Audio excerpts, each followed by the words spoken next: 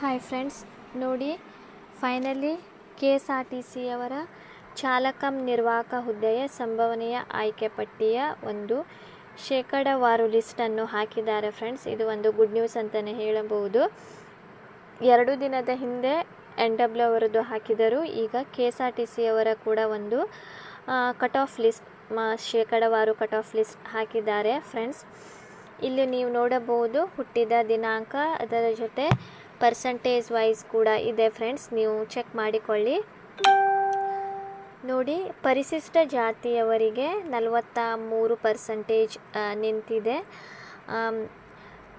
1986 December 4ನೇ ತಾರೀಕಿನ ಒಳಗಡೆ ಯಾರು ಡೇಟ್ ಆಫ್ ಬರ್ತ್ ಇದೆ ಅವರದ್ದು, ಅವರ 43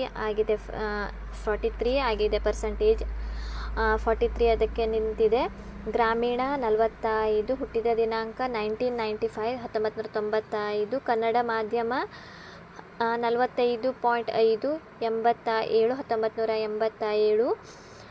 ಅಲ್ಲಿ ಯಾರು ಅದರ ಒಳಗೆ ಜನಿಸಿದ್ದೀರಿ ಮಂತು ಕೂಡ ನೀವು ನೋಡಿಕೊಳ್ಳಿ. ಯೋಜನಾ ನಿರಾಶ್ರಿತರು ಇಲ್ಲಿ ಜುಲೈ 3 1985. ಅದೇ ರೀತಿ ಪರಿಶಿಷ್ಟ ಜಾತಿ ಕೂಡ 44.5 ನಿಂತಿದೆ. ಅಲ್ಲಿ ಡೇಟ್ ಆಫ್ ಬರ್ತ್ 87 ಜೂನ್ 10. ಅದೇ ರೀತಿ ಗ್ರಾಮೀಣದವರಿಗೆ 45.5 1995 ಡೇಟ್ ಆಫ್ ಬರ್ತ್. ಮೇ 20ರ ಒಳಗೆ ಯಾರು ಜನಿಸಿದ್ದೀರಿ. ಸೊ ಕನ್ನಡ ಮಾಧ್ಯಮ 46 1980ರ ಒಳಗೆ ಜನಿಸಿದವರ ಒಂದು ಆಯ್ಕೆಯಾಗಿದ್ದಾರೆ. ಅದೇ ರೀತಿ ಪ್ರವರ್ಗ 44 1989 ಜುಲೈ 20ರ ಒಳಗೆ ಯಾರು ಜನಿಸಿದ್ದೀರಿ. ಸೊ ಗ್ರಾಮೀಣ 45.5 1993 ಜೂನ್ 18ರ ಒಳಗೆ ಜನಿಸಿದವರಾಗಿರಬೇಕು. ಕನ್ನಡ ಮಾಧ್ಯಮ 46 1991 ಮೇ 1ರ ಒಳಗೆ ಜನಿಸಿರಬೇಕು. ಯೋಜನಾ ನಿರಾಶ್ರಿತರು 1995 ಮೇ 2 ಅವರದು 34 ನಿಂತಿದೆ. ಸೊ 2A ನೋಡಿ, ನಾನು 45ರ ಮೇಲೆ ಅಂತ ಹೇಳಿದೆ, ಬಟ್ ನೋಡಿ 45 44 ಇದೆ ಇತರೆ. ಗ್ರಾಮೀಣದವರಿಗೆ ನೋಡಿ ಇಲ್ಲಿ 45 ನಿಂತಿದೆ. 1987 ಜೂನ್ 15ರ ಒಳಗೆ ಯಾರು ಜನಿಸಿದ್ದೀರಿ. ಕನ್ನಡ ಮಾಧ್ಯಮ 46 ನಿಂತಿದೆ 46. 1992 ನವಂಬರ್ 9. ಅದೇ ರೀತಿ ಯೋಜನಾ ನಿರಾಶ್ರಿತರು 1992 31.5. ಅದೇ ರೀತಿ 2B 42 42.5.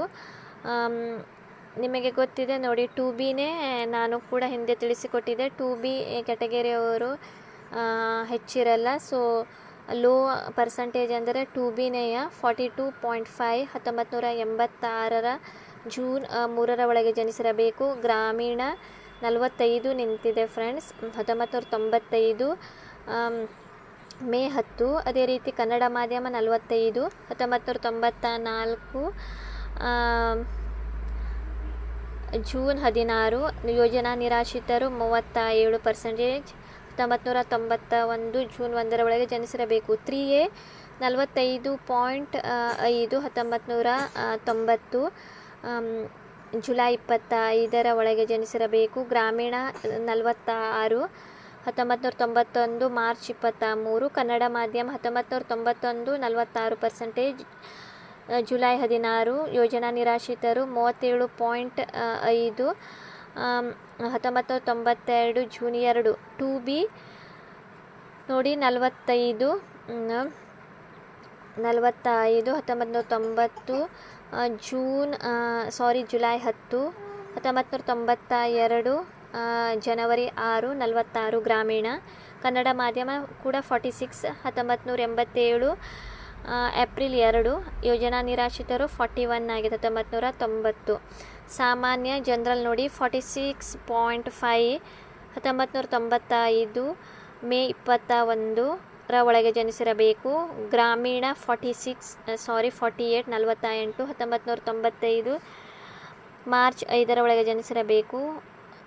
ಕನ್ನಡ ಮಾಧ್ಯಮ 48.5 1987 ಡಿಸೆಂಬರ್ 10 ಒಳಗೆ ಜನಿಸಿರಬೇಕು. ಯೋಜನಾ ನಿರಾಶ್ರಿತರು 1981 42% ನಿಂತಿದೆ ಫ್ರೆಂಡ್ಸ್.